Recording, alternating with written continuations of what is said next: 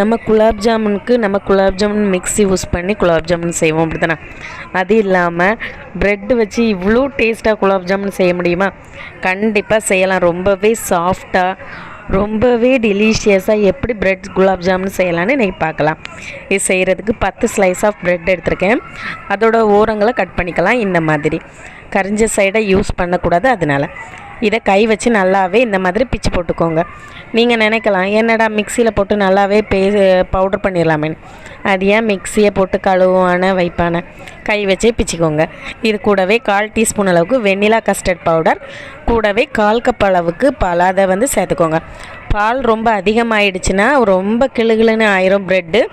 So கொஞ்சம் கொஞ்சமாக ஊற்றி நல்லாவே சப்பாத்தி மாவு பதத்துக்கு பிசைஞ்சிக்கோங்க. இந்த மாதிரி பிசைஞ்சதுக்கு அப்புறமாட்டு இதை கொஞ்சம் கொஞ்சமாக எடுத்து உருண்டை பிடிச்சிக்கோங்க. கிராக்கர்ஸ் இருந்துச்சுன்னா நல்லா வெடிப்பாக ஆயிரும்.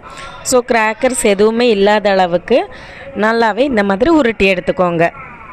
பாருங்கள், சூப்பராக ரெடி ஆகிடுச்சுல. நான் இப்போ எல்லா உருண்டைகளையும் இதே மாதிரி உருட்டி எடுத்துட்டேன். இது ரெஸ்ட்டு கொடுத்து வச்சுக்கோங்க. இப்போ ஒரு பேனில் 1/2 கப் அளவுக்கு சுகர் சேர்த்துக்கோங்க. கூடவே 1/2 கப் அளவுக்கு தண்ணி சேர்த்துக்கோங்க.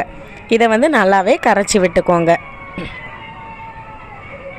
சுகர் ஓரளவு கரைஞ்சதுக்கு அப்புறமாட்டு இதில் ஒரு பிஞ்சு அளவுக்கு நான் கஸ்டர்ட் பவுடர் சேர்த்துருக்கேன். அதையும் மிக்ஸ் பண்ணி விட்டுக்கலாம். ஸோ பாருங்கள், நம்மளோட சுகர் சிரப் ரொம்பவே சூப்பராக ரெடி ஆகிடுச்சு. இப்போது நம்ம எண்ணெயில் பால்ஸ் எல்லாத்தையும் பொரிச்சு எடுத்துடலாம். ரொம்ப சூடாக வச்சிடாதீங்க, டக்குன்னு கரிஞ்சிரும். இந்த மாதிரி ஒரு ஸ்பூன் வச்சு இந்த மாதிரி நல்லாவே பரட்டி விட்டுக்கோங்க. அப்போ தான் ஈவனாக ஒரே கலரில் கிடைக்கும் நமக்கு. ஸோ பாருங்கள், இப்போ நம்மளோட ப்ரெட்டோட ரோல்ஸ் எல்லாமே சூப்பராக ரெடி ஆகிடுச்சு. இதை இப்போ வெளியே எடுத்துடலாம். இந்த மாதிரி எல்லாத்தையுமே பொரிச்சு எடுத்துக்கோங்க.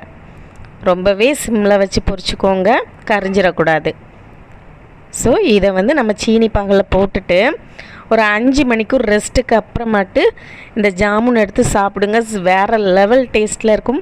இந்த ரெசிபி உங்களுக்கு பிடிச்சிருந்துச்சுன்னா நாகர்கோயில் குக்கிங்க்கு லைக் பண்ணுங்கள், ஷேர் பண்ணுங்கள், சப்ஸ்கிரைப் பண்ணுங்கள். தேங்க்யூ.